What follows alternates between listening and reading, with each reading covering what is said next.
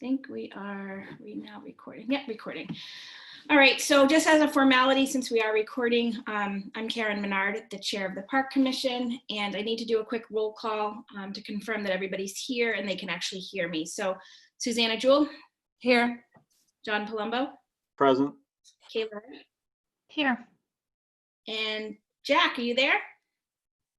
I am. Hi. Hey, Had a little hi guys. Had a little internet glitch, but my daughter took us out of it. Awesome. Awesome. All right, so I'm gonna Oh, nice. Nice. I'm going to read the long-winded spiel that I have to do to get us underway. So in accordance with the requirements of the open meeting law, please be advised that this meeting is being recorded and will be broadcast over the Lunenburg Public Access Channel, and that this meeting of the Lunenburg Park Commission is being conducted remotely. Accordingly, for those that are participating via video, please be aware that other folks may be able to see you, and to take care not to screen share your computer, as anything that you broadcast may be captured in the recording. The town of Lunenburg, in response to the COVID-19, is currently following the guidance from the Lunenburg Board of Health, Massachusetts Department of Public Health, and the CDC regarding the virus and steps communities can take to prevent the spread. All town facilities are currently closed to the public. In accordance with the governor's order suspending certain provisions of the open meeting law, General Law, Chapter 30A, Section 20, all public meetings are being conducted remotely. The order, which you can find posted on the town website on the COVID-19 Information Center page, access through the town manager's webpage, allows public bodies to meet entirely remotely, so as long as reasonable public access is afforded so that the public can follow along with the deliberations of the meeting. Ensuring public access does not ensure public participation unless such participation is required by law, and this meeting does have public comments, so there's no worries there. All right, so let's get this going. We're calling this meeting to order at 6:30 p.m. I did not provide any minutes because I forgot to put them on the agenda, so we will do those next meeting. I'm gonna let everybody stay unmuted. If you want to mute when you're not talking to cut out background noise, you can, and unmute when you want to talk. And we're gonna start with Kayla and Jack with any updates. All right, Kayla. I had sent over to you, Karen, just my brief update. It basically is just outlining all summer programs are planned, but I'm not opening registration or anything like that, just because I would hate to open registration and then have to give all of those refunds, because then we'd incur a cost for all of those refunds that I'd have to process. But they are all planned. I've interviewed everybody for the beach, and I did communicate with everybody that right now all the beach plans are on hold because we don't know when/if the beach will open and in what capacity. But I did tell them all that I would keep them updated about anything that changed or any news that we had for them. And I did let them know if they felt they needed to look for another job, they could, and that was completely understandable. The MyRec site is live now. All the finance pieces of it have been worked out. So the MyRec site is live now. Feel free to share that if you'd like. The programs, although they're on there, they don't look like they're on there to the public, just because I've made registration hidden. Just because I would hate to, like I say, take all the registrations. And then with summer being so unknown, I'm working with all of the vendors that I have been in contact with actually to start planning for fall already, just so that we get a jump start on that. And then I have a handful of vendors that are actually starting virtual programs. So we're just ironing out the details, because some of them, this is the first time they've ever offered virtual programs. So once those are set to go, I will put together Facebook posts and everything like that, so that we can get that out there, and just as a different type of opportunity for kids, instead of doing schoolwork and things like that in front of the computer. Different types of virtual programs, whether it's a sports program, a video game design program, or things like that. So that's pretty much all I have. And are those going to be posted through the DPW page, or were you going to make our own parks page on Facebook? I think right now they're posted through the DPW one.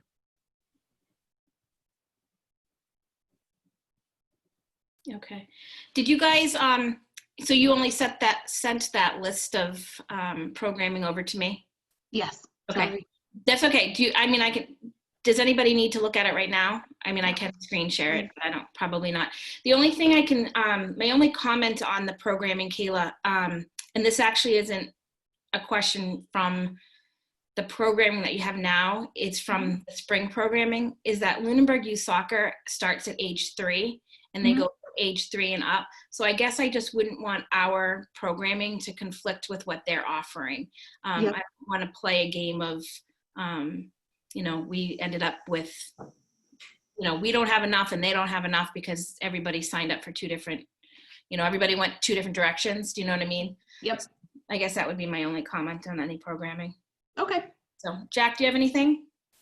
Well, when we just get back to the basics of I'm the maintenance person and you're the policy makers, I think there's a lot more policy that has to be worked on here, but in terms of the maintenance from my end of it, I'm going to reduce somewhat the mowing on the fields. I don't know if that's a little bit of a savings. It just doesn't appear that, doesn't seem like they have to be manicured as regularly. We'll still do some mowing and upkeep in the other parks. Maintenance wise, I mean, if there's no use, then there's no use for maintenance.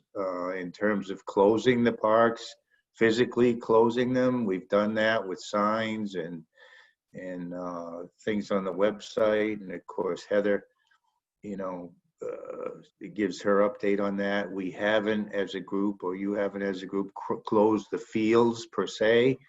Up until this point, it doesn't seem to be to me to have been an issue. I did see a bunch of kids on the Wallace Park playing basketball. They snuck through the gate. I asked them to leave. They did. I've heard reports that there's 1 or 2 kids. Frankly, if there's people on the fields and they're walking around, older people and stuff, I'm not gonna police it on your behalf. It's unfortunate that Kayla's got so many good things ready to go, and we just can't do it. But hey, we just can't. So I'll follow your lead in terms of what's going to be open and when, which I think nobody has a good idea, or any idea for that matter. And we'll make sure that when that happens, we're prepared from a maintenance standpoint. So I guess a couple of comments on some of that info.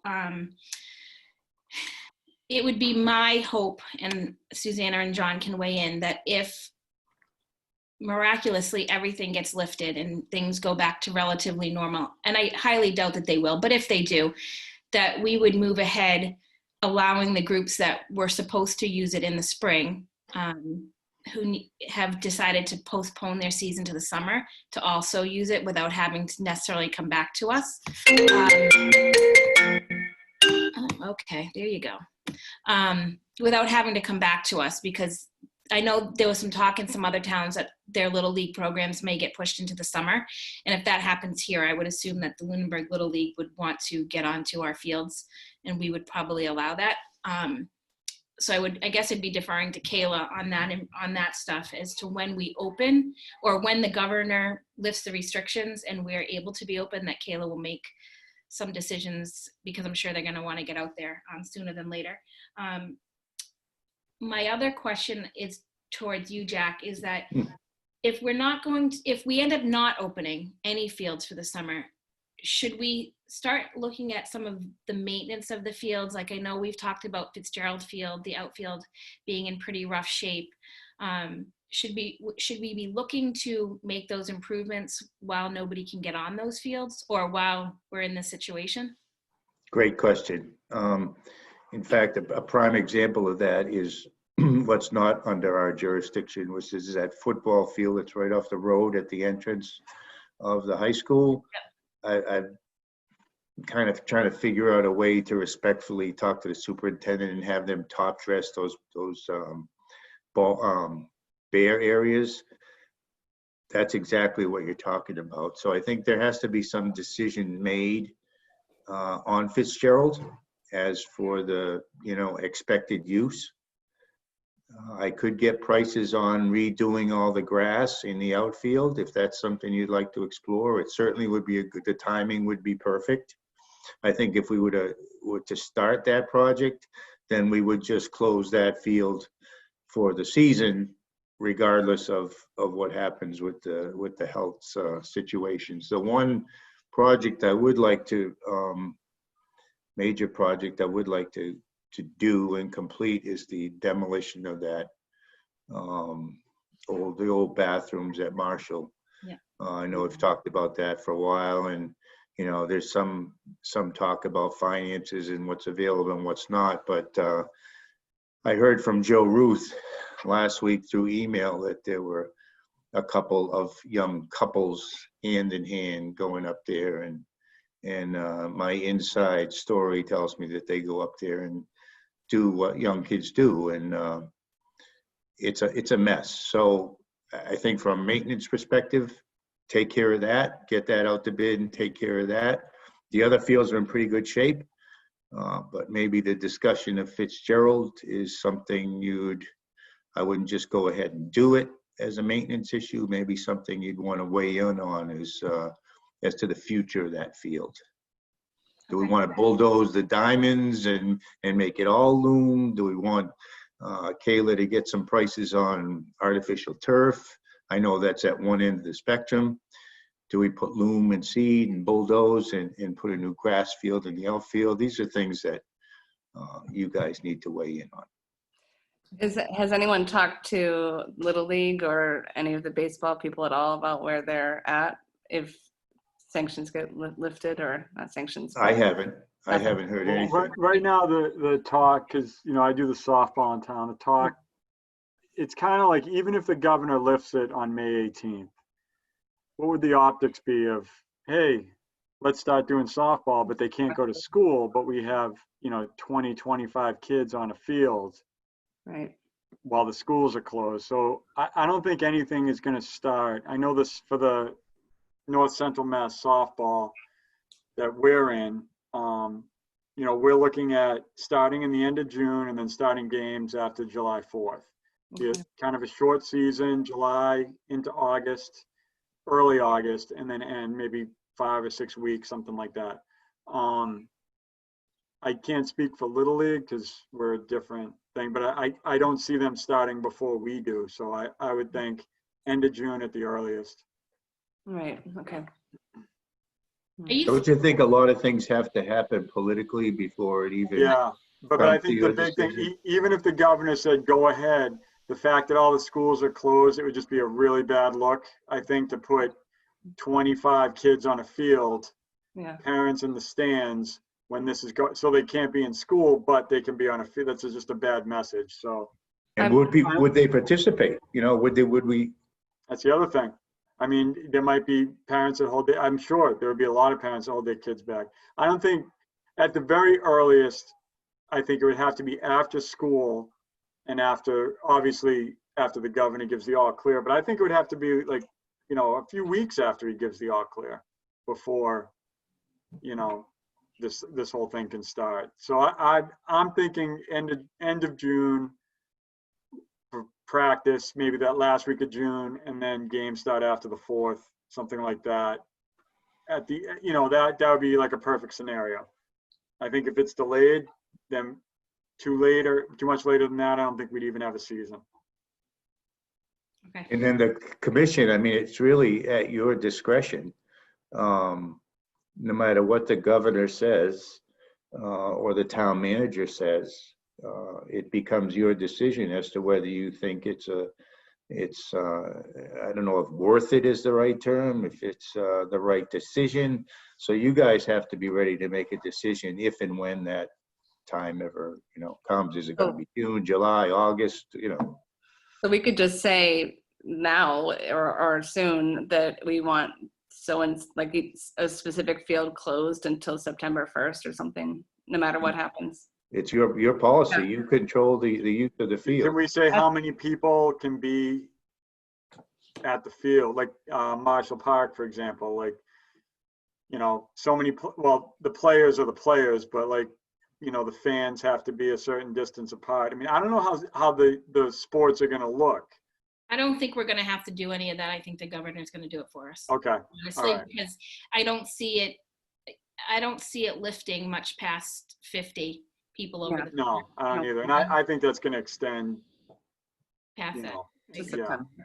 So I think if Fitzgerald needs work, let's just close it down now and do the work. Right? The Well, the question- thing is too, like, we're talking about, I mean, if it needs the work, just say Little League and softball start in the summer, really. You know, usually the usefulness of Fitzgerald was you know, we can only do games at 6 o'clock at night during the week and then a little bit on the weekends. But now we'd have fields available at 10 in the morning if we wanted them. So we could figure something out scheduling wise. So losing that field, while it would be difficult, you know, in a normal situation, if we're doing things in the summer, you know, we can just do them early. I don't know. You know, We but also if it need to needs, figure out what we want to do with that field, though. If we want to keep it at long term, two diamonds for it's the instructional program that plays there, or the minors, John? it's the instructional baseball and the minors softball. The softball field's actually in really good shape. I can't really speak to the baseball field. I haven't been on it much, but softball field is in good shape with the gravel and the dugouts and all that. You think it You was mean Marshall? No, Fitzgerald. Yeah, I don't know when the last time was you were down there, but the diamonds are in good shape Yeah, because they're mostly gravel. gravel and stone dust, but the outfield is just clumps and unevenness. One of the things that, I mean, rarely does anyone even hit the ball into the outfield. So it hasn't been a factor. Right. You know, I mean, basically the outfield plays on the back of the diamond, you know. So yeah, it hasn't been a factor. So to be honest, I haven't noticed that. Yeah, I wonder if I didn't tape it off. It's limited in terms of the exact proportions to accommodate any real game, Yeah, whether it's lacrosse or stuff, but you know, sitting down there in the stands and looking at it, I just visualized it within the parameters of the fence as turf, money notwithstanding, and then just maybe some outside lines, perimeter lines, but then you could have those kids play on it because the infield could be the outfield. You could have lacrosse practice on it. You could have soccer practice on it. You could have anyone practice on it. And it might have a more of a value going forward.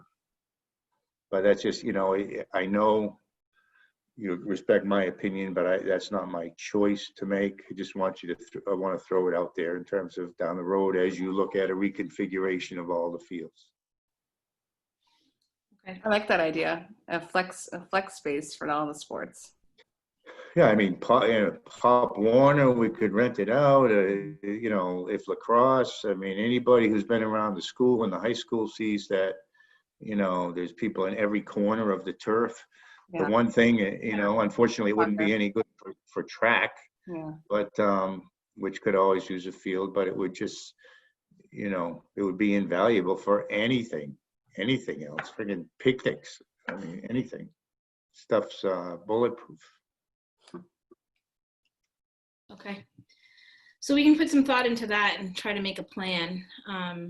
Somebody, any of us, all of us could talk to Kayla and sort of throw out some general thoughts that we each have, and then maybe she can try to pick through it and formulate a plan that would be, you know, that we could present to make some decisions on. But we can certainly do that and add it to an agenda. Kayla, we had talked about that. I know you didn't pursue it in terms of, but it's a length by width, and having been through it with the schools to some extent, you know, it's a length by width. You get somebody to engineer it and vendor, and it's just square foot price. It's pretty straightforward. Yeah, if we could find the money for a turf field. Well, yeah, no, money notwithstanding, but Yeah. to Yeah. see what it would be, the estimate would be out there, would be easily obtained. Right, okay.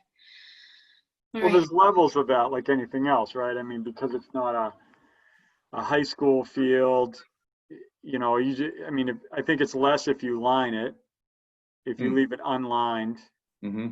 you know, or basic lines, you know, maybe in a soccer field format or something like that. I mean, I think there's definite price levels, and youth sports probably doesn't need to be as expensive and stuff as like a college field, obviously, or even a high school field, because the use might be less.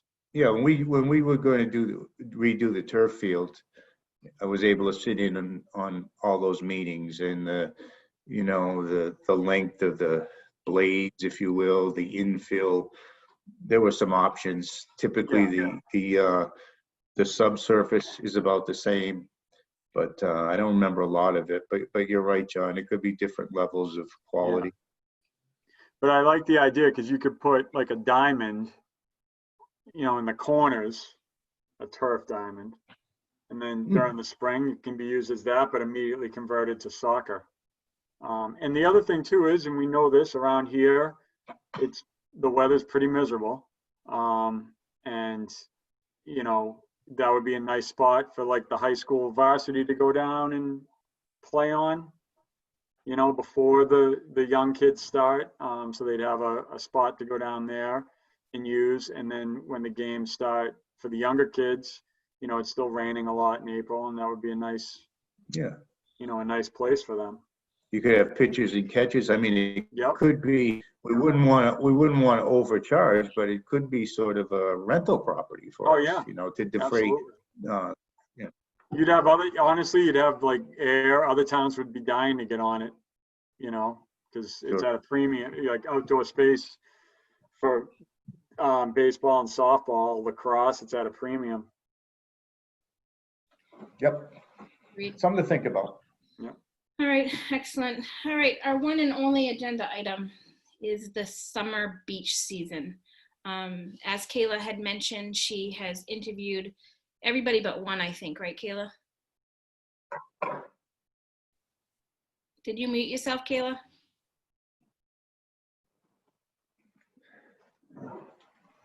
We might have lost her. Can you hear me? We can now. I still see her.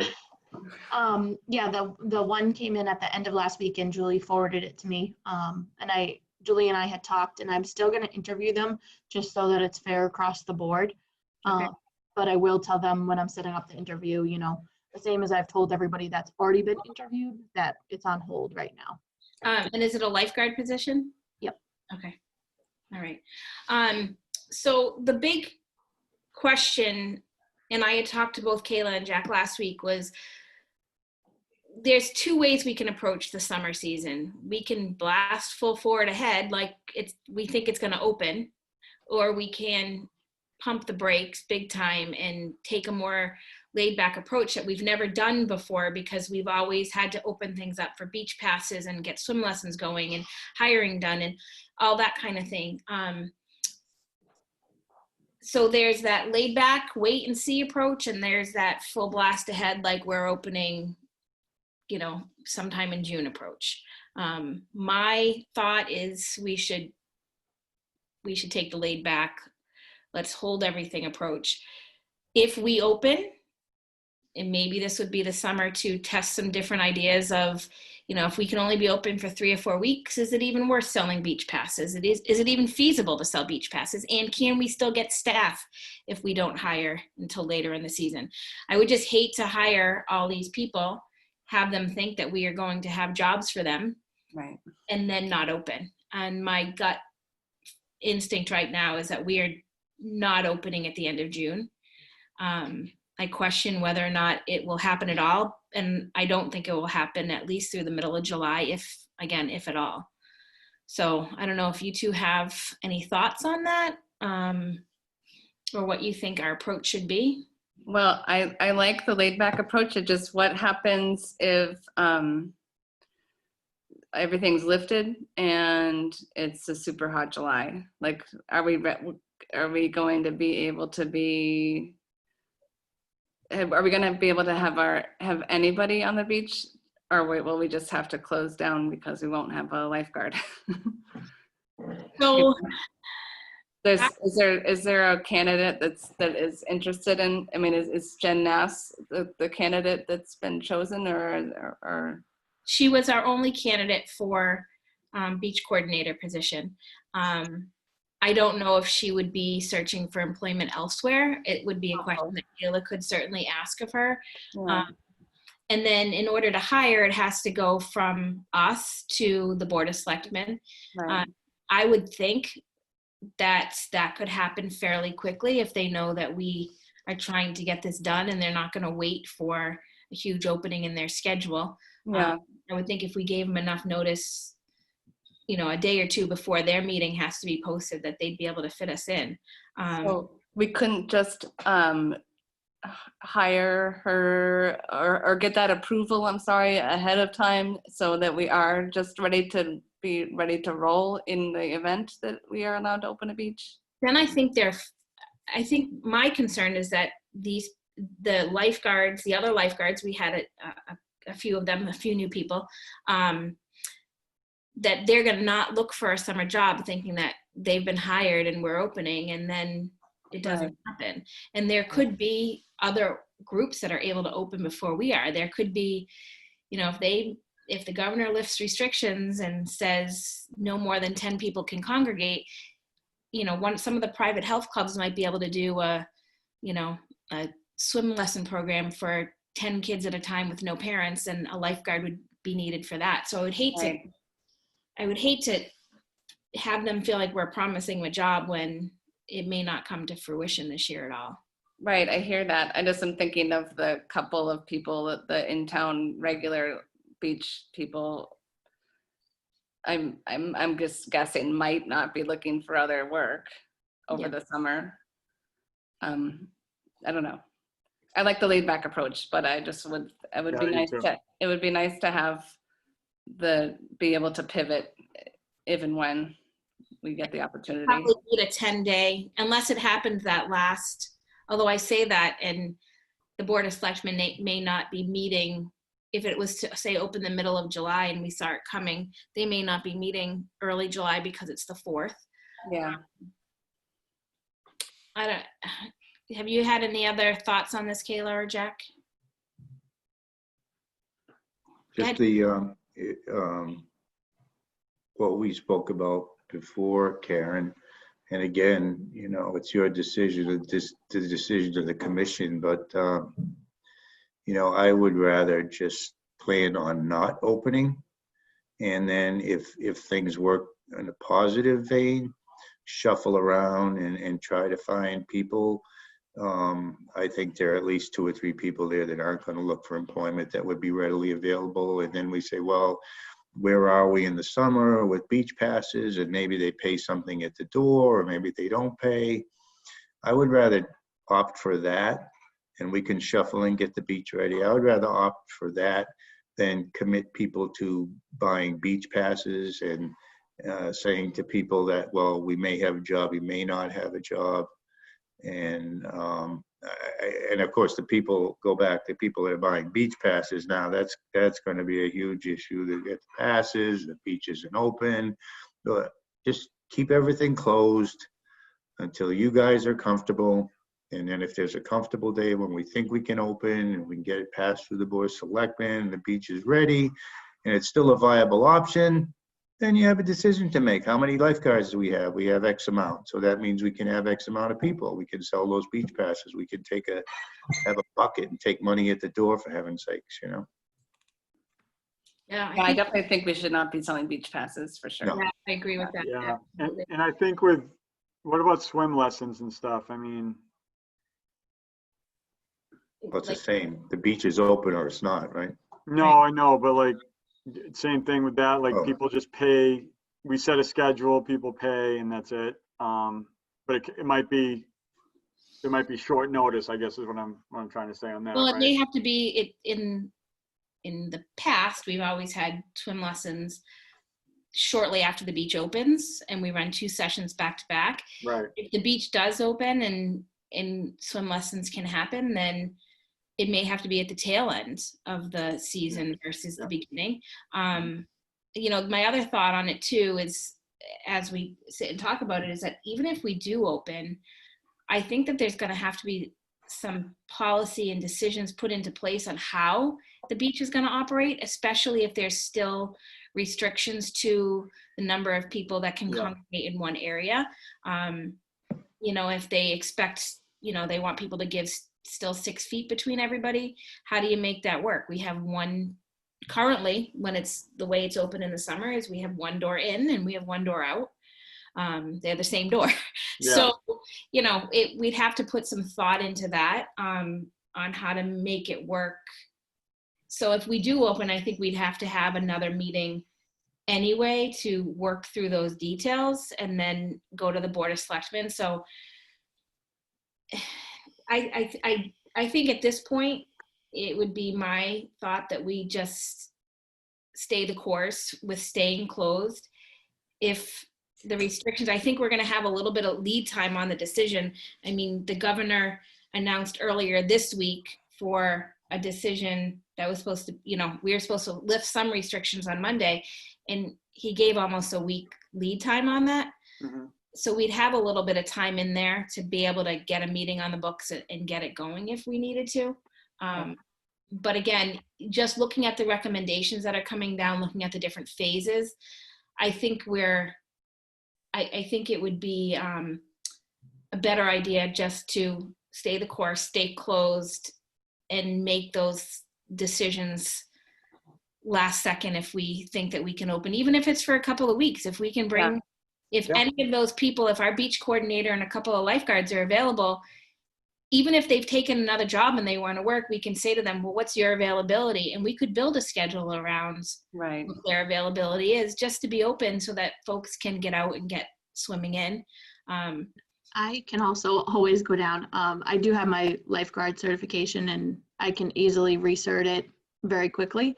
If it came down to it and we wanted to open relatively quick and we're able to, I do have that certification that I can go down there and get it up and going and everything if we had minimal staff to, you know, kind of schedule around as well, like Karen was saying.